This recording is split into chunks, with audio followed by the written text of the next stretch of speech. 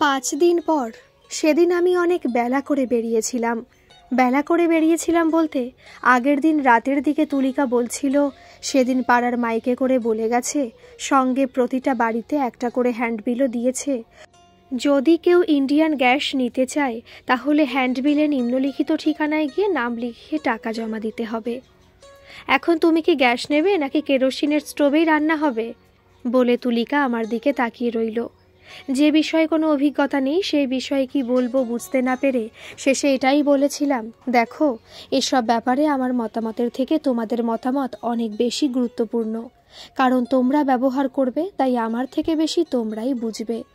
এখানে তুমি বা মা যেটা বলবে সেটাই হবে, তবে জিনিসটা খুব বিপজ্জনক বলে ব্যবহারের সিস্টেমটা যদি ওরা দেখিয়ে বুঝিয়ে দেয় তাহলে তো মনে হয় অসুবিধা হবে না, নেওয়া যেতে পারে।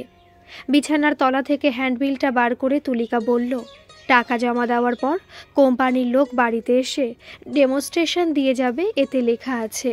বললাম, তাহলে তো কোনো অসুবিধা নেই, কাল সকালেই যাব। তুলিকা বলল, যাওয়ার সময় রেশন কার্ডটা নিয়ে যেও। ঠিক আছে বলে বললাম, তোমার শরীর ঠিক আছে তো? নিজের শরীরের দিকে তাকিয়ে তুলিকা বলেছিল, এখনো পর্যন্ত ঠিক আছে, আগে উপরওয়ালার মর্জি। বলে বলল, চলো তোমাকে খেতে দিই। পরদিন সকাল 7টার মধ্যে হ্যান্ডবিলটাও সঙ্গে রেশন কার্ডটা নিয়ে দোকানের সামনে গিয়ে দেখি আমার আগে 37 জন লাইনে দাঁড়িয়ে আছে। আমিও লাইনে দাঁড়িয়ে অপেক্ষা করতে লাগলাম। আমার সিরিয়াল যখন এলো তখন একটা ওভেন আর সিঙ্গেল সিলিন্ডারের টাকা জমা দিয়ে রসিদ নিয়ে জিজ্ঞাসা করেছিলাম, কবে নাগাদ আপনারা এগুলো দেবেন? যিনি টাকা জমা নিচ্ছিলেন তিনি বলেছিলেন, দিন চারেকের মধ্যে আমাদের লোক আপনার এই ঠিকানায় গিয়ে সিলিন্ডার আর ওভেন লাগিয়ে বুঝিয়ে দিয়ে আসবে। গ্যাসের অফিস থেকে যখন বাড়ি ফিরলাম তখন 11:30 বেজে গেছে। বাড়িতে ফিরে টাকা জমা দেওয়ার রসিদ আর রেশন কার্ডটা তুলিকার হাতে দিয়ে বললাম, ওরা বলেছে 4-5 দিনের মধ্যে এসে গ্যাস আর ওভেন দিয়ে যাবে।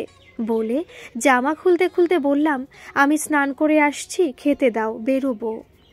স্নান খাওয়া করে জামা প্যান্ট পরা হয়ে গেছে। মার সাথে দেখা করে সবে মোটরসাইকেলটা নিয়ে বেরোচ্ছি, দেখলাম তুলিকার মা আসছেন।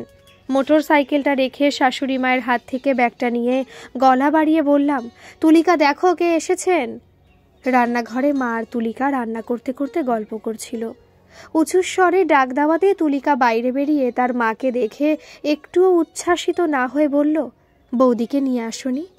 শাশুড়ি মা বললেন, না রে, আমি একাই এসেছি, তোকে আজই ও বাড়িতে নিয়ে যাব বলে। তুলিকা একবার আমার দিকে তাকিয়ে দেখল, তারপর তার মাকে বলল, তুমি ঘরে গিয়ে কাপড় পাল্টিয়ে হাত পা ধুয়ে কিছু খাও, তারপর বসে কথা বলা যাবে। শাশুড়ি মা ব্যাগটা আমার হাত থেকে নিয়ে তার মেয়ের ঘরের দিকে যেতে লাগলে তুলিকা আমার দিকে চোখ কুঁচকে কয়েক সেকেন্ড তাকিয়ে থেকে বলল, কি আমার কথা খাটলো তো? আমি তুলিকার দিকে তাকিয়ে আছি দেখে সে বলল, তোমার মায়ের দই আর লেডিকেনিটা ফুরিয়ে গেছে, তার উপর মাও এসেছে, যদি খুব ব্যস্ততা না থাকে তাহলে দই মিষ্টির সাথে একটু কাঁচা গোল্লা এনে দিয়ে বেরোলে আমি কৃতার্থ হব। ভাষার ব্যবহার শুনে বুঝতে পারলাম তুলিকা আমার উপর চটেছে, তাই আর কথা না বাড়িয়ে গাড়িটা গেট পর্যন্ত এগিয়ে নিয়ে গিয়ে স্টার্ট দিয়ে বেরিয়ে গেলাম। মিনিট 20 পর মিষ্টি এনে তুলিকার হাতে দিয়ে থমথমে মুখটার দিকে তাকিয়ে বললাম, তুমি তো আজই ও বাড়ি চলে যাচ্ছ, তাহলে গ্যাসের কাগজপত্রগুলো সব মার কাছে গুছিয়ে দিয়ে যেও। কথাগুলো শুনে তুলিকার থমথমে মুখের চেহারাটা কিছুটা স্বাভাবিক হয়ে গেল। তারপর সে বলল, তাই তো, কথাটা আমার একদম মাথায় ছিল না, ভালো করেছ কথাটা মনে করিয়ে দিয়ে। ঠিক আছে, তুমি যাও, সাবধানে যেও। যাওয়ার জন্য উল্টো দিকে মুখ করে সবে ঘুরেছি, তুলিকা বলল, বাড়ি যখন ফিরবে কটা ভেজিটেবল চপ আর বেগুনি নিয়ে এসো আমাদের সবার জন্য। কিছু বুঝতে না পেরে তুলিকার দিকে আবার ঘুরে দাঁড়ালে সে বলল, তুমি ভালো কথা মনে করিয়ে দিয়েছ, বাড়িতে প্রথম গ্যাস আসবে, ঠিকমতো বুঝে শুনে নিতে হবে না? তারপর কটা দিন অন্তত ব্যবহার করি, মাকেও ঠিকমতো বুঝিয়ে সুঝিয়ে দিই। এখন এরকম একটা অবস্থায় আজই মার সাথে যাওয়াটা আমার ঠিক হবে না। মা শুনলে হয়তো রাগ করবে, তবে আমি ম্যানেজ করে নিতে পারবো। আজ মাকে আমি যেতে দিচ্ছি না, তুমি কাল সকালে যখন বেরোবে তখন মাকে সঙ্গে নিয়ে ও বাড়িতে পৌঁছে দিয়ে তারপর সাইটে যেও। ঠিক আছে, যাও। তার যাও বলা সত্ত্বেও দাঁড়িয়ে আছি দেখে তুলিকা বলল, কিছু বলবে? বললাম, মা আছে তো, গ্যাসের ডেমনস্ট্রেশন ঠিক বুঝে নিতে পারবে। তুমি কিন্তু ও বাড়িতে গেলে শুয়ে বসে থাকতে পারতে। এখানে তো একদম রেস্ট নাও না, শুধু দৌড়াদৌড়ি করো। তুলিকা বলল, সে আমি জানি, কিন্তু ও বাড়িতে গেলে আমার একদম ভালো লাগবে না।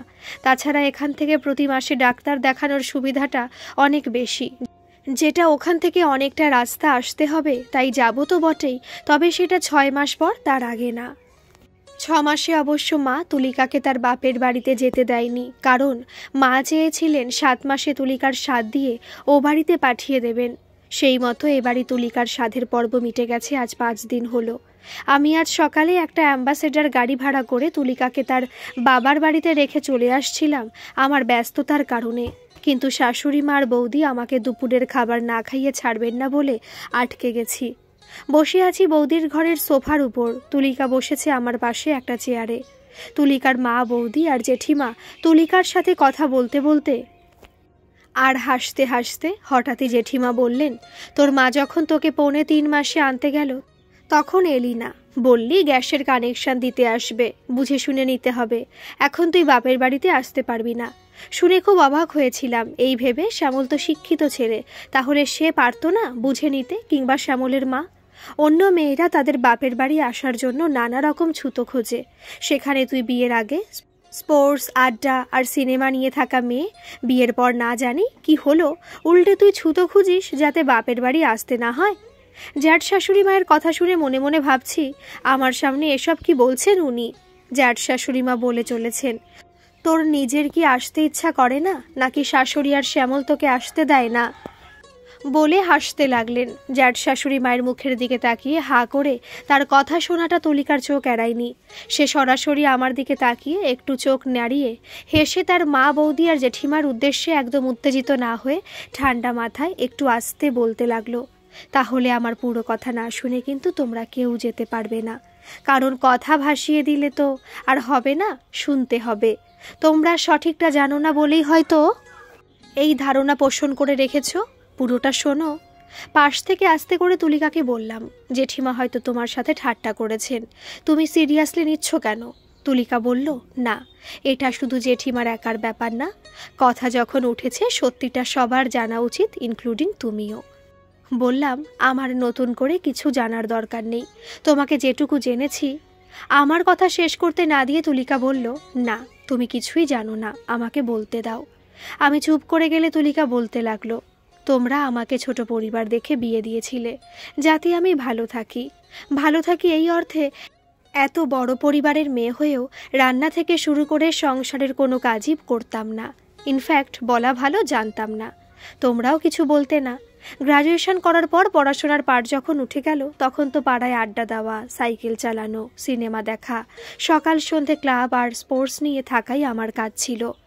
যতবার তোমরা আমার বিয়ের চেষ্টা করেছো ততবারই ছেলের বাড়ির লোকেদের পছন্দ হওয়া সত্ত্বেও পরে তারা খোঁজ নিয়ে আর এগোয়নি। তোমরা পরে তাদের সঙ্গে যোগাযোগ করলে তারা তোমাদের বলেছিল যে মেয়ে ক্লাব করে আর আড্ডা দিয়ে বেড়ায় সে তো সংসার করবে না, এরকম মেয়ের সাথে আমাদের ছেলের বিয়েটা দিই কী করে বলুন? কথাগুলো বলে আমার দিকে ফিরে মাথা নাড়িয়ে হ্যাঁ বলে তুলিকা বলল, এটাই সত্যি। শুধু এগিয়ে এসেছিল তোমার মা, কারণ তোমরা খুব বেশি খোঁজ খবর নাওনি। বিয়ের পর তোমার মার কাছ থেকে জানতে পেরেছিলাম কেন তোমরা তখন খুব বেশি খোঁজ খবর নাওনি। কথাটা বলে তুলিকা তার মার দিকে তাকিয়ে বলল, তোমাদের জামাই শ্যামল, সে নিজেই বিয়ে করতে চাইতো না। পরে যখন ওর মা অসুস্থ হয়ে পড়ল তখন বাধ্য হয়ে বিয়েতে রাজি হয়েছিল বটে, তবে সে একটা শর্ত দিয়েছিল তার মাকে, সে বিয়ে করতে পারে যদি একান্নবর্তী পরিবারের মেয়ে হয়। শ্যামলের মায়ের কাছে আর সেকেন্ড অপশান ছিল না বলে তারা রাজি হয়ে গেল। কিন্তু তোমরা ভাবলে ছেলের বাড়ি থেকে তোমাদের বাড়ির দূরত্ব খুব বেশি না হওয়া সত্ত্বেও ওরা কি কোনো খোঁজ খবর নেয়নি? এত সহজে ওরা রাজি হয়ে গেল কেন? তাহলে নিশ্চয়ই ছেলের কোনো গণ্ডগোল আছে। তাই তোমরা চারিদিকে খোঁজ খবর নিতে লাগলে। খোঁজ খবর নিয়ে যখন দেখলে ছেলের নামে কোনো বদনাম নেই, উল্টে তাকে সবাই সুখ্যাতি করে, তখন তোমরা রাজিও হলে। কথাগুলো বলে জেঠিমার দিকে তাকিয়ে তুলিকা বলল, কি জেঠিমা, ঠিক বলছি তো? জ্যাঠ শাশুড়ি মা আমার দিকে তাকিয়ে তুলিকাকে বলল, তোরা কথা বল, আমি শ্যামলের চা করে নিয়ে আসছি। সাথে সাথে তুলিকা বলল, না জেঠিমা, শ্যামল এখন চা খাবে না। তোমার কথার উত্তর কিন্তু আমি এখনো দিইনি, উত্তরটা শুনে তারপরে যাও। তুলিকা আবার বলতে লাগলো, তোমাদের ইনফরমেশন একদম সঠিক ছিল। পছন্দ আর বিচার যতটা না ভালো ছিল, তার থেকে অনেক বেশি ভালো ছিল এই শিক্ষিত মার্জিত পরিবারটি। বলেই বলল, শিক্ষিত মার্জিত কেন বললাম জানো? আমি যেমন গ্র্যাজুয়েট, শ্যামলও তেমনি গ্র্যাজুয়েট, কিন্তু আমার সঙ্গে শ্যামলের শিক্ষা দীক্ষার তফাৎ আকাশ পাতাল। ও যেমন অন্যের ইচ্ছাকে গুরুত্ব দিতে জানে, তেমনি সম্মান করতেও জানে। ছোটবেলায় অনেক কিছু থেকে বঞ্চিত হওয়া সত্ত্বেও কাউকে দোষ দেয় না, উল্টে নিজেকে গুটিয়ে রাখে। কোনো ভুল করে ফেললে সবার আগে সরি বলে, অথচ পরে দেখা যায় তার কোনো ভুল ছিল না। আর ওর সব থেকে বড় গুণ হচ্ছে ও নিজেকে কখনো জাহির করে না। এই হচ্ছে তোমাদের শ্যামল। ওকে দেখে আমি নিজেকে পাল্টাতে বাধ্য হয়েছি। তোমরা উপর থেকে দেখো বলে ওকে ঠিক বুঝতে পারো না। আর হ্যাঁ, গ্যাসের ডেমনস্ট্রেশন বুঝে নেওয়ার জন্য শিক্ষিত হওয়ার দরকার হয় না, যে কেউ বুঝে নিতে পারে। যাই হোক, বিয়ের সময় শ্যামলকে দেখার পর আমার নিজের মনেও সন্দেহ হয়েছিল। এত সুন্দর একটা চেহারার ছেলে আমার মতো আড্ডাবাজ ডানপিটে একটা মেয়েকে বিয়ে করতে গেল কেন? তখনই মনে মনে ঠিক করে নিয়েছিলাম একে পরীক্ষা করতে হবে। যদি পাশ করে তাহলে নিজেকে পাল্টাবো, আর যদি ফেল করে তাহলে আমি আমার মতো থাকব। পরীক্ষা করেছি। রেজাল্ট কি পেয়েছি জানো? বলে নিজের শরীরের দিকে তাকিয়ে বলল, নিজেকেই পাল্টাতে বাধ্য হয়েছি। ও এত সৎ এবং ইনোসেন্ট যে আমার পাশে দিনের পর দিন শুয়ে থেকেও আমাকে কখনো স্পর্শ করেনি। এবার তুমি বলো জেঠিমা, এরকম একটা মানুষকে ভালো না বেশে পারা যায়? আমি অবাক হয়ে তুলিকার কথা শুনছিলাম আর তাকে দেখছিলাম। সে বলে চলেছে, যে মেয়েটার হই হুল্লোড় আর খেলাধুলো করা ছাড়া কোনো অন্য ফিলিংস ছিল না, সেই মেয়েটারে বিয়ের 2.5 মাসের মাথায় সমস্ত কিছু ত্যাগ করে তার মধ্যে শুধু ভালোবাসার ফিলিংসই জেগেছিল। সেই জেগে ওঠা ভালোবাসার বীজই আমাকে উৎসাহিত করেছে ধীরে ধীরে সংসারের যাবতীয় কাজ শাশুড়ি মায়ের কাছ থেকে শিখে নিতে। পরক্ষণে আমার দিকে তাকিয়ে তুলিকা বলল, আজ শ্যামল আমাকে কতটা ভালোবাসে আমি জানি না, কিন্তু আমি শ্যামলকে ছাড়া একদম থাকতে পারি না। বলে চোখের জল মুছে জেঠিমার দিকে তাকিয়ে বলল, একটু একটু করে ও আমার অভ্যেসে পরিণত হয়েছে। কয়েক সেকেন্ডের নীরবতা আমি তুলিকার দিকে তাকিয়ে দেখছি। এ যেন এক অন্য তুলিকা। সে চোখ দুটো মুছে আবার বলতে লাগলো, তোমাদের শুনলে হয়তো বিশ্বাস হবে না, অবশ্য বিশ্বাস হবেটাই বা কী করে? তোমরা তো ভেবেই নিয়েছো ও বাড়ির মা আর তার ছেলে আমাকে তোমাদের কাছে আসতে দেয় না। সত্যিটা হলো, আমি আসতে না চাইলেও তারাই আমাকে প্রথম দিন থেকে তোমাদের কাছে জোর করে করে পাঠিয়েছে। আমার তাদের ছেড়ে আসতে ইচ্ছা করে না কেন জানো? একজন সকালে উঠে বেরিয়ে যায় আর অন্যজন অসুস্থ অবস্থাতে ওই অত বড় বাড়ির সমস্ত কাজকর্ম করে সারাদিন একা একা থাকে। হঠাৎ যদি কোনো বিপদ হয়ে যায় তাহলে দেখার কেউ নেই, এবং সেটা হয়েও ছিল, কিন্তু ওনারা সেটা তোমাদের বলে বিব্রত করতে চাননি। এবার বলো, বলে জেঠিমা মা আর বৌদির দিকে তাকিয়ে বলল, এরকম একটা অবস্থার মধ্যে ওদেরকে ফেলে তোমাদের কাছে এসে থাকাটা কি আমাদের ঠিক হতো? মা জেঠিমাদের একে অন্যের মুখ চাওয়াচাই করতে দেখে তুলিকা বলতে লাগলো, 3.25 মাসে মা যেদিন আমাকে আনতে গিয়েছিল সেদিন তোমাদের জামাই আমাকে বারবার করে বলেছিল আমি যেন মার সাথে যাই, কিন্তু সত্যি তার 4 দিন পর গ্যাস কানেকশন দিতে এসেছিল। নতুন এবং বিপজ্জনক জিনিস যেটাকে দেখে বুঝে নেওয়ার আমার যেমন দরকার ছিল, তেমনি শাশুড়ি মাকেও ধীরে ধীরে বুঝিয়ে দেওয়ারও দরকার ছিল। আর তাছাড়া ওখান থেকে ডাক্তার দেখানোটাও অনেক সুবিধা হতো বলেই আমি সেদিন মার সাথে আসিনি।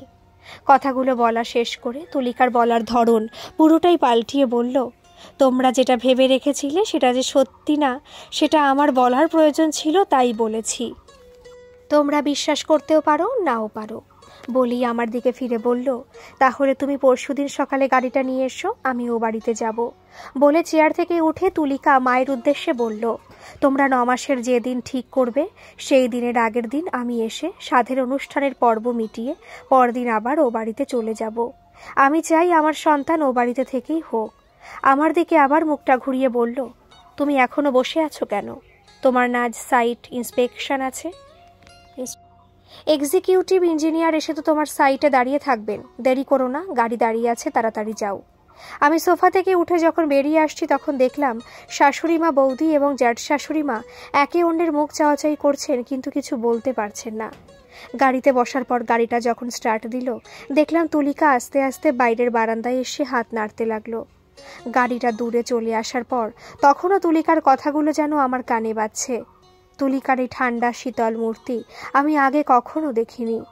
যেমন জানা ছিল না তুলিকার বিয়ের আগেকার জীবনযাত্রা। নিজের মা আর বৌদির সামনে জেঠিমার বলা কথাতে সে যে এতটা রিয়াক্ট করতে পারে, তাও আমাদের কথা নিয়ে, সেটা হয়তো তারাও কখনো স্বপ্নেও ভাবিনি। আমি নিজেও হয়তো কখনো ভাবিনি একটা মানুষ ভালোবাসার সংস্পর্শে এলে কতটাই না সে পাল্টে যেতে পারে।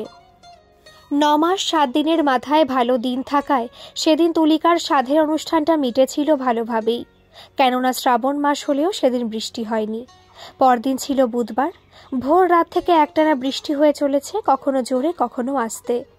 বেলা 12টার পর থেকে তুলিকার শরীরের মধ্যে একটা অস্বস্তি দেখা দিয়েছিল। ক্রমশ সেটা বাড়তে বাড়তে তার দম নিতেও কষ্ট হচ্ছিল। তবু সে বিছানার উপর বালিশে হেলান দিয়ে বসে জোরে জোরে নিঃশ্বাস নিয়ে তার মাকে বলছিল, সকালে শ্যামল এসে আমাকে ও বাড়ি যেতে বারণ করে গেছে। বলেছে সারাদিন মা ছাড়া বাড়িতে আর কেউ থাকে না, এরকম সময় হঠাৎ করে যদি তোমার শরীর খারাপ হয় আর আমি যদি সেই সময় বাড়িতে না থাকি, তাহলে মা কি পারবে তোমাকে নিয়ে দৌড়াদৌড়ি করতে? অথচ এখানে থাকলে যখনই মনে হবে শরীর খারাপ লাগছে তখনই কেউ না কেউ হসপিটালে নিয়ে যেতে পারবে। শাশুড়ি মা বললেন, আমি তো সেই কথা কাল রাতে তোকে বলেছি, তুই তো শুনছিলিস না। তবুও ভালো শ্যামলের কথাটা অন্তত শুনেছিস। কিছু সময় চুপ করে থেকে দমটা একটু স্বাভাবিক করে নিয়ে তুলিকা আবারও বলল, মা আমার কিন্তু মনে হচ্ছে আমাকে এক্ষুনি হসপিটালে নিয়ে গেলে ভালো হয়। শরীর কিন্তু ঠিক বলছে না, তুমি দাদাকে খবর দেওয়ার ব্যবস্থা করো। আমাকে হসপিটালে নিয়ে গিয়ে ডক্টর চক্রবর্তীর আন্ডারে ভর্তি করে দিই। শাশুড়ি মা মেয়ের মাথায় হাত বুলিয়ে দিয়ে বলতে লাগলেন, তোর কি ব্যথা উঠছে? তুলিকা বলেছিল, না মা, ব্যথা না, আমার নিঃশ্বাস নিতে কষ্ট হচ্ছে। শাশুড়ি মা মেয়ের বুকের ওপর হালকা ম্যাসাজ করতে করতে উদ্বিগ্ন হয়ে বললেন, এই মুহূর্তে বাড়িতে কোনো বেটা ছেলে নেই, সবাই যার যার দোকানে, তাদের ফিরতে ফিরতে সেই 2:30-3টে। তুই চিন্তা করিস না, নিজেকে একটু শক্ত কর। এদিকে দেখার জন্য তোর জেঠিমা আছে। আমি আর বৌমা তোকে হসপিটালে নিয়ে যাচ্ছি বলে বিছানা থেকে নেমে আলনা থেকে কাপড় নিয়ে বৌমার উদ্দেশ্যে বললেন, তুলিকে এক্ষুনি হসপিটালে নিয়ে যেতে হবে, তুমি রেডি হও। সকালে বৃষ্টি মাথায় বর্ষাতি পড়ে মোটর সাইকেল নিয়ে শ্বশুর বাড়িতে তুলিকার সাথে দেখা করতে এলে তুলিকা বাইরের বৃষ্টির দিকে তাকিয়ে মুখে ছোট্ট একটু হাসি রেখে বলেছিল, অন্য সময় হলে তোমার গাড়ির পেছনে বসে ভিজতে ভিজতে ও বাড়িতে যেতাম, কিন্তু ইচ্ছেটা থাকলেও সেটা এখন সম্ভব না। বলেছিলাম এখন তো সব ভালোই ভালোই মিটুক, ইচ্ছের কথা জানা থাকলো। বলেছ যখন বর্ষাকাল আবার আসবে তখন হবে। কথা ঘুরিয়ে তুলিকা বলল, ভোর রাত্রি থেকে তো ভালোই বৃষ্টি হচ্ছে, এরকম অবস্থায় তোমার সাইটে কি লেবার মিস্ত্রিরা কেউ এসেছে? ওয়েদার দেখে মনে হচ্ছে তারা কেউ আসবে না। তাছাড়া আজ সাইটে যাব না, আজ সারাদিন অফিসে থাকতে হবে। 3 দিন আগে 2টো বিল করিয়ে জমা দিয়েছিলাম, সেই ব্যাপারে খোঁজ খবর নেব সাহেবের সই হয়েছে কিনা। তুমি কি বিকেলের দিকে আবার আসবে? বলে তুলিকা আমার দিকে তাকিয়েছিল। বলেছিলাম, এই ওয়েদারে আজ আর আসবো না, অফিসের কাজ মিটিয়ে সোজা বাড়ি চলে যাব। তুমি সাবধানে থেকো, কোনো রকম অসুবিধা হলেই বাড়িতে কাউকে দিয়ে ফোন করাবে। আমি যেখানেই থাকি বাড়ি এসে খবর পেলেই সঙ্গে সঙ্গে চলে আসব। তবে যেটা আগে বলেছি সেটা কিন্তু মাথায় রেখো, এখানে তোমার বাবা মা জেঠিমা দাদা বৌদি এতগুলো নিজের মানুষ থাকতে একদম ও বাড়ি যাব বলে ছেলে মানুষই করবে না। এখন থেকে যতদিন না তোমার ডেলিভারি হচ্ছে ততদিন তুমি এখানেই থাকবে। 3:30-এর দিকে যেই বাড়িতে ফিরেছি মা বললেন তুলিকার দাদা ফোন করেছিল, তুলিকাকে হসপিটালে ভর্তি করতে হয়েছে, তুই শিগগির যা। বললাম, কখন? মা বললেন, তখন 1:01 বাজে। বর্ষাতি গায়ে যে অবস্থাতে ছিলাম সেই অবস্থাতেই তাড়াতাড়ি হসপিটালের উদ্দেশ্যে যাওয়ার আগে মাকে বলে গেলাম, তুমি যেন টেনশন করো না, আমি তোমাকে ফোন করব। এমার্জেন্সির অদূরে একটা শেডের তলায় মোটর সাইকেলটা পার্ক করে বর্ষাতে খুলে গাড়ির সাইড বক্সে রেখে হেলমেটটা লুকিং গ্লাসের ভেতরে ঢুকিয়ে দিয়ে এমার্জেন্সির সামনে দিয়ে প্রসূতি বিভাগের দিকে যেতে যেতে এদিক ওদিক তাকিয়ে দেখছিলাম শালাবাবু আছেন কিনা। শালাবাবুকে কোথাও দেখতে না পেয়ে প্রসূতি বিভাগের সিস্টারকে বললাম, ডক্টর চক্রবর্তীর সাথে কথা বলতে চাই। সিস্টার জিজ্ঞাসা করলেন, আপনার কি কোনো পেশেন্ট আছে? বললাম, হ্যাঁ, তুলিকা দত্ত, আজই ভর্তি হয়েছে, ডক্টর চক্রবর্তীর পেশেন্ট। সিস্টার ইশারা করে দেখিয়ে দিয়ে বললেন, ওই কোণার দিকের বেডে ওনাকে অক্সিজেন দিয়ে রাখা রয়েছে। একটু অবাক হয়ে বললাম, অক্সিজেন দিয়ে রাখা কেন? সিস্টার বললেন, মাদার এবং বেবি হাঁপিয়ে উঠেছিল বলে চক্রবর্তী স্যার স্যালাইনের সাথে ইঞ্জেকশন পুশ করে অক্সিজেন দিয়ে রেখেছেন। ভয়ে ভয়ে বললাম, মাদার এবং বেবি এখন কেমন আছে? সিস্টার বললেন, এখন অনেকটা স্বাভাবিক, তবে বিপদ এখনও কাটেনি। 8টার সময় স্যার আসবেন, তখন তিনি পেশেন্টের কন্ডিশন দেখে ডিসিশন নেবেন নর্মাল ডেলিভারি করাবেন না ওপেন করবেন। বুঝতে না পেরে বললাম, ওপেন করবেন মানে? সিস্টার খাতার দিকে তাকিয়ে কথাগুলো বলছিলেন। আমার কথা শুনে মুখটা তুলে আমার দিকে তাকিয়ে কি বুঝলেন জানি না, তবে একটা ইঞ্জেকশন রেডি করতে করতে বললেন, সিজার। সিস্টারকে জিজ্ঞাসা করলাম, পেশেন্টের সাথে কথা বলতে পারবো? সিস্টার এবার জিজ্ঞাসা করলেন, পেশেন্ট আপনার কে হয়? বললাম, মিসেস। সিস্টার ইঞ্জেকশনটা রেডি করে বললেন, আমার সাথে আসুন। সিস্টারের পেছনে যেতে যেতে দেখেছিলাম বিশাল বড় ঘরটার মধ্যে, যেখানে সমস্ত পেশেন্ট গাদাগাদি করে আছে, সেখানে জানলার ধারে একটা বেডে মুখে অক্সিজেন মাস্ক লাগিয়ে বাম হাতে স্যালাইনে চ্যানেল করা অবস্থায় তুলিকা চোখ বন্ধ করে শুয়ে আছে। সিস্টার স্যালাইনের পটে ইঞ্জেকশনটা পুশ করে দিয়ে চলে যাওয়ার আগে বলে গেলেন, কথা বলবেন না। চোখ বন্ধ করা বিধ্বস্ত তুলিকার মুখের দিকে তাকিয়ে দেখছিলাম আর ভাবছিলাম, সকালে যার সাথে বসে এত কথা বলে এলাম, যে আমার মোটর সাইকেলের পেছনে বসে বৃষ্টিতে ভিজতে চেয়েছিল, সে এখন জীবন মরণের সাথে পাঞ্জা লড়ছে। কি জানি, প্রতিটা মাই হয়তো তার জীবন বাজি রেখে গর্ভের সন্তানকে লালন পালন করে, আর আমরা সেই সন্তানরা বড় হয়ে সে গর্ভধারিণী মাকেই প্রশ্ন করি, তুমি আমার জন্য কি করেছো? সেই 10-11 বছর বয়সে বাবা মারা যাওয়ার পর মায়ের সেই সময়কার অসহায় মুখটা আমার চোখের সামনে ভেসে উঠছিল। চোখ দুটো জলে ভরে যাওয়াতে তুলিকার মুখটা দেখতে পাচ্ছিলাম না। তাড়াতাড়ি পকেট থেকে রুমালটা বার করে চোখ দুটো সবে মুছেছি, দেখলাম শাশুড়ি মার শালাবাবু আমার পাশে এসে দাঁড়িয়েছেন। শালাবাবু আমার হাতে রুমাল দেখে চোখের দিকে তাকিয়ে কাঁধে একটা হাত রেখে বললেন, শ্যামল, তুমি তো খুব শক্ত ছেলে, তুমি ভেঙে পড়লে হবে? বেবির পজিশন এখন ঠিক আছে। ডক্টর চক্রবর্তীর সাথে আমার কথা হয়েছে, উনি বলেছেন রাত 8টা পর্যন্ত দেখবেন, তার মধ্যে যদি পেইন না ওঠে তাহলে সিজার করবেন। তুলিকার দিকে তাকিয়ে থেকে মাথা নাড়লাম। শালাবাবু আবার বললেন, তুলির সাথে তোমার কথা হয়েছে? মাথা নেড়ে না বলে বললাম, আমি যখন এলাম তখন সিস্টার ওকে একটা ইঞ্জেকশন দিল। শালাবাবু বললেন, তোমার সাথে সিস্টারের কথা হয়েছে? হ্যাঁ বলে বললাম, আপনারা দাঁড়ান, আমি রাস্তার ধারের পিসিও থেকে মাকে একটা ফোন করে আসি। বলে রুমালটা পকেটে রেখে ওখান থেকে বাইরে বেরিয়ে মোটর সাইকেলটার কাছে এসে যখন দাঁড়ালাম, তখনও অল্প অল্প ঝিরঝিরে বৃষ্টি হচ্ছে।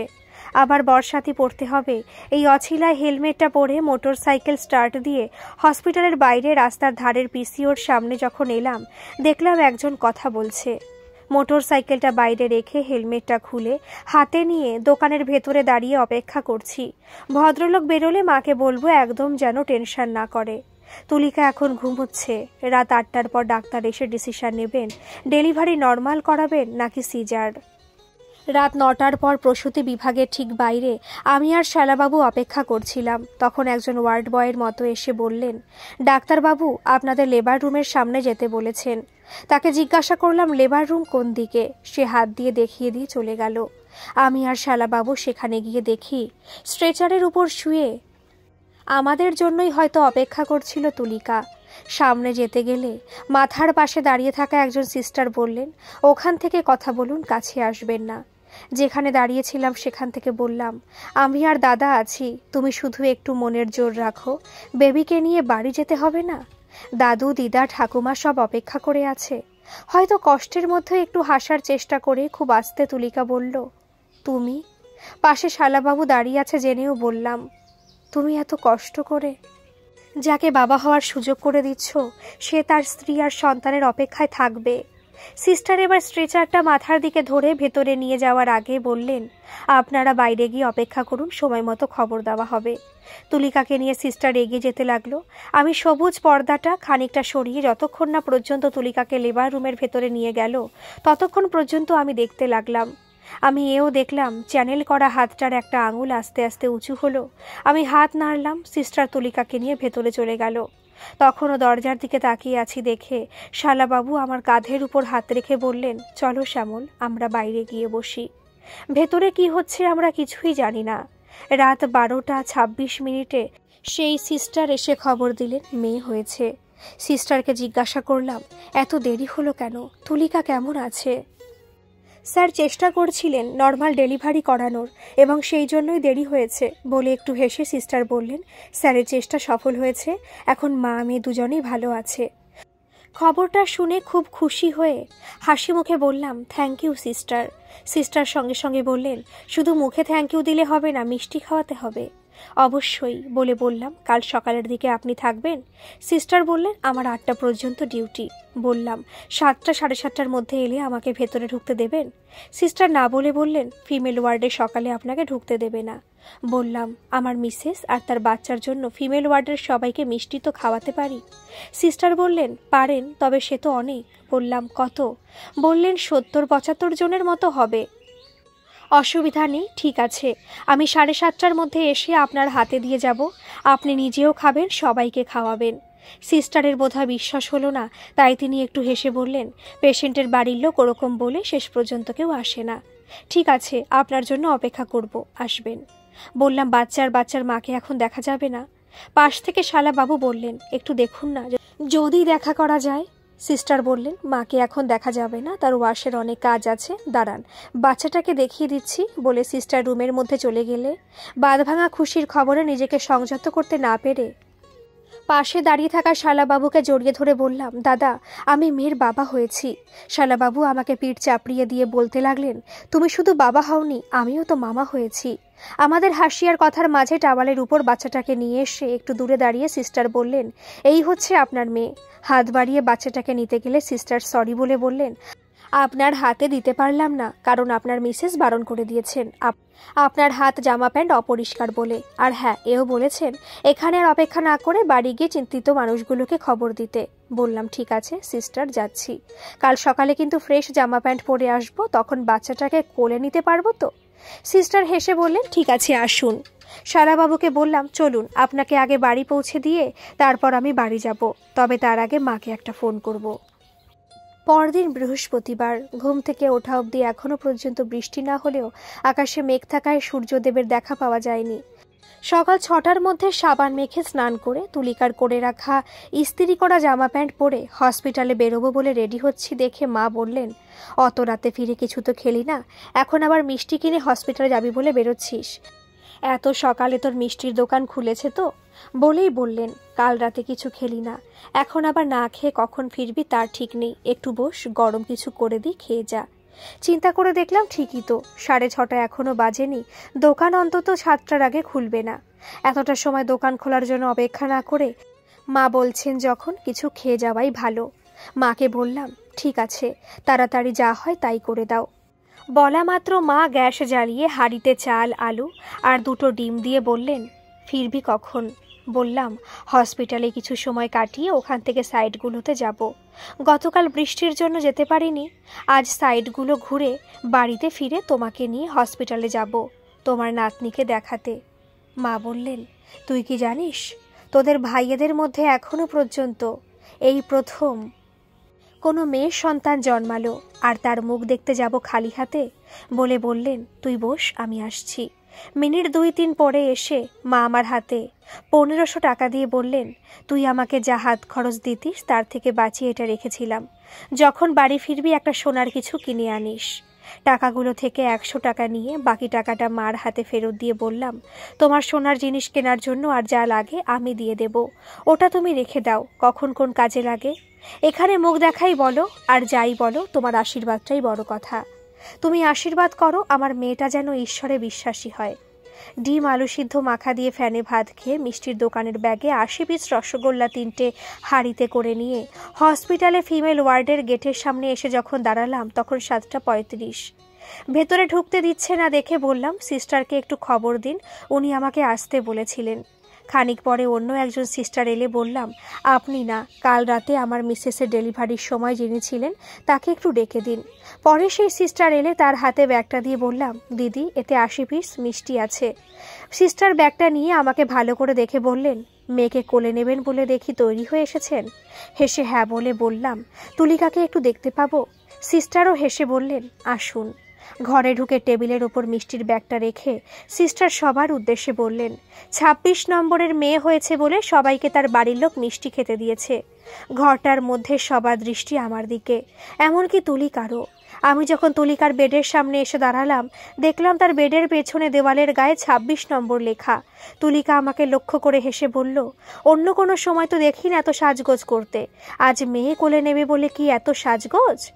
বললাম, তা না হলে তো তুমি মেয়েকে ধরতেই দেবে না। পেছন থেকে সিস্টার তুলিকার উদ্দেশ্যে বললেন, কাল রাতে আপনার বারণ ছিল বলে দিনই, আজ দেখুন মেয়ের বাবা একেবারে ফ্রেশ হয়ে এসেছেন। মিষ্টি সমেত বলে তুলিকার পাশ থেকে ছোট্ট বাচ্চাটাকে তুলে টাওয়ালের উপর রেখে আমার হাতে দিয়ে চলে যাওয়ার আগে বললেন, তাড়াতাড়ি কথা বলে চলে যান, একটু পরেই ডক্টর চক্রবর্তীর সাথে শিশুদের ডাক্তার আসবেন।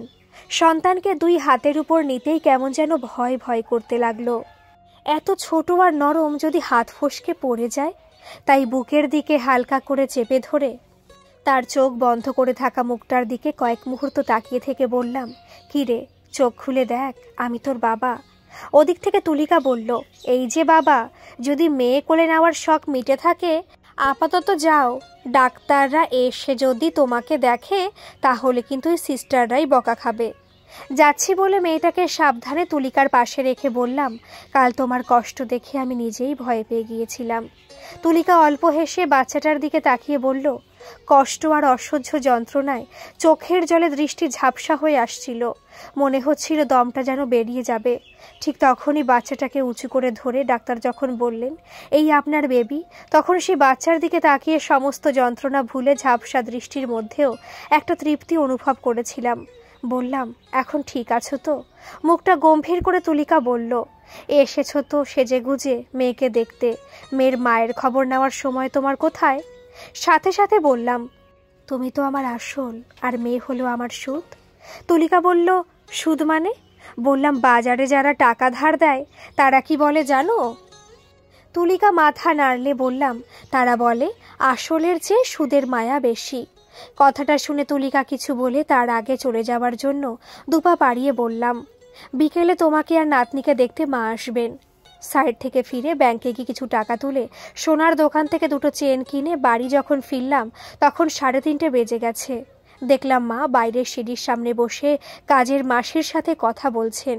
বুঝতে পারলাম মা হসপিটালে যাবেন বলে মাসিকে ওই সময়টুকু থাকতে বলেছেন। যে জামা প্যান্ট পরেছিলাম সেই জামা প্যান্ট পরা অবস্থাতেই বাইরের সিঁড়ির এক কোনায় বসে মাকে বললাম, তুমি রেডি হয়ে নাও। মা উঠে গেলে মাসি আমাকে জিজ্ঞাসা করলেন, ছোড়দা, মেয়ে কেমন দেখলে? হসপিটালে ঢুকে তুলিকার সামনে যাওয়ার আগে মা বললেন, সোনার জিনিসটা এনেছিস? পকেট থেকে ছোট চেইনের কৌটোটা বার করে মার হাতে দিলাম।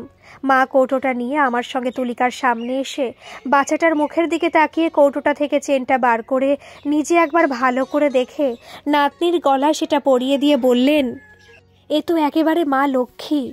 বুধবার রাত 12টার পর জন্ম মানে তো বৃহস্পতিবার। ওরে শ্যামল, তোর ঘরে লক্ষ্মী এসেছে রে, একে যত্নে রাখিস। পকেট থেকে অন্য চেনের কৌটোটা বার করে তুলিকার হাতে দিয়ে বললাম, প্রথম মা হওয়ার জন্য তোমায় অভিনন্দন। কৌটোটা খুলে চেনটা হাতের উপর রেখে ভালো করে দেখে মুখে একরাশ হাসি নিয়ে তুলিকা বলল, প্রথম মা হবার জন্য যদি এত সুন্দর উপহার হয় তাহলে নিশ্চয়ই প্রতিবার দেবে। বললাম, না দিদিমণি, সন্তানকে মানুষ করতে হবে, ফুটবল টিম বানালে তো হবে না। মা হেসে আমাকে মৃদু তিরস্কার করে বললেন, চুপ কর তো ফাজিল। বলে তুলিকার দিকে এগিয়ে গিয়ে বেডের গায়ে হেলান দিয়ে বসা তুলিকার মাথায় হাত বুলিয়ে দিয়ে বললেন, ওটা গলায় পর দেখি কেমন লাগে তোকে দেখতে। চেনটা তুলিকা গলায় পড়লে মা বললেন, বাহ, খুব সুন্দর লাগছে।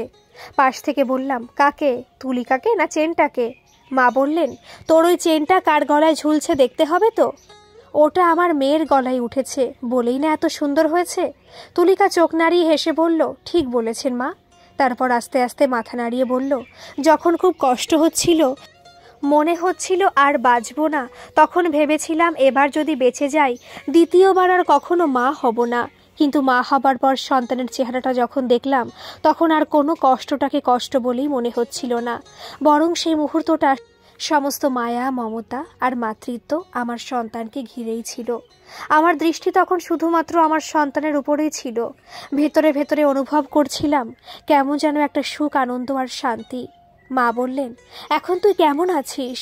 শ্যামল বলছিল, তুই নাকি খুব কষ্ট পেয়েছিস। একটু হেসে তুলিকা বলল, মা হতে গেলে ওটুকু কষ্ট তো পেতে হবেই। বলল, এখন আর কোনো কষ্ট নেই, আমি ঠিক আছি। হয়তো কাল আমাকে ছেড়েও দিতে পারে, যদিও ডক্টর চক্রবর্তী রাতে একবার দেখে ফাইনাল বলবে। তুলিকা তারপর আমাকে বলল, তুমি কাল সকালে একবার ঘুরে যেও, যদি ছুটি দিয়ে দেয় তাহলে চলে যাব। বললাম, তোমার বাপের বাড়ি না নিজের বাড়ি? তুলিকার হাসি মুখটা নিমেষের মধ্যে মিলিয়ে গিয়ে সেখানে একটা বিষণ্ণতার ভাব ফুটে উঠল। কয়েক সেকেন্ড চুপ করে থেকে সে বলল, মেয়েদের আবার নিজের কোনো বাড়ি হয় নাকি? বললাম, কেন? বিয়ে হয়ে যাওয়ার পর তুমি যে বাড়িতে এসেছো সেটাই এখন তোমার বাড়ি। তুলিকা কি একটা বলতে যাচ্ছিল, তার আগেই মা বললেন, শ্যামল তো ঠিকই বলছে। একজন মেয়ের যেমন বাপের বাড়ি থাকে, তেমনি তার বিয়ের পর সে আসে কোথায়? স্বামীর বাড়ি। সংসারটা কাদের হয়? তাদের। কেউ তোদের সম্পর্কের কথা জিজ্ঞাসা করলে পরিচয় দিস কি বলে? স্বামী স্ত্রী অথবা দম্পতি বলে। তাহলে এখানে যা কিছু তোর স্বামীর সেটা তোরও। জানিস, মেয়েরা জন্মের পর থেকে দুটো জীবনের স্বাদ পায়। প্রথম জীবন বিয়ের আগে, আর দ্বিতীয় জীবন বিয়ের পর। বিয়ের আগে একটা মেয়ে তার বাবা মায়ের কাছে স্নেহ ভালোবাসা যেমন পায়, তেমনি সে রাগ অভিমান জেদ সবকিছু দেখাতে পারে, কিন্তু কখনো অধিকারবোধ দেখাতে পারে না। কিন্তু একমাত্র বিয়ের পর সে মেয়েটার স্বামীর প্রতি তার অধিকারবোধ জন্মায়, কারণ এটা তো তার নৈতিক অধিকার বা পাওনা। যাই হোক, ওসব বাদ দে। তোরা লেখাপড়া জানা ছেলে মেয়ে, অনেক পড়াশোনা করিস, হয়তো মত পার্থক্য অনেক থাকবে, বারও করবি হয়তো। তার থেকে শ্যামল কি বলতে চাইছিল সেটা শোন। বলে মা আমার দিকে তাকিয়ে বললেন, কি বলছিলিস বল। এমনিতেই কোন বাড়ি বলে ফেসে গেছি, আবার বলে পরিবেশ গরম করে লাভ নেই, তার থেকে চুপ থাকাই ভালো। তাই বললাম, না, কিছু বলার নেই। তুলিকা হেসে বলল, আপনার ছেলে কি বলতে চাইছিল আমি জানি। মা বললেন, কি তাহলে বল। আমি যাতে ও বাড়িতে যাই বলে। তুলিকা আমার দিকে তাকিয়ে বলল, কি তাই তো? আমি কিছু না বলে মুখটা ঘুরিয়ে দরজার দিকে তাকাতেই দেখি তুলিকার মা আর জেঠিমা আসছেন। তুলিকাকে বললাম, ওই দেখো তোমার মা আর জেঠিমা। তুলিকা সেদিকে তাকিয়ে চোখটা আমার দিকে ঘুরিয়ে বলল, একজন পেশেন্টের কাছে এতগুলো মানুষকে দেখলে সিস্টার আবার বকাঝকা করতে পারে, তাই তুমি একটু বাইরে গিয়ে দাঁড়াও, এরা চলে গেলে আমার সাথে দেখা করে যেও।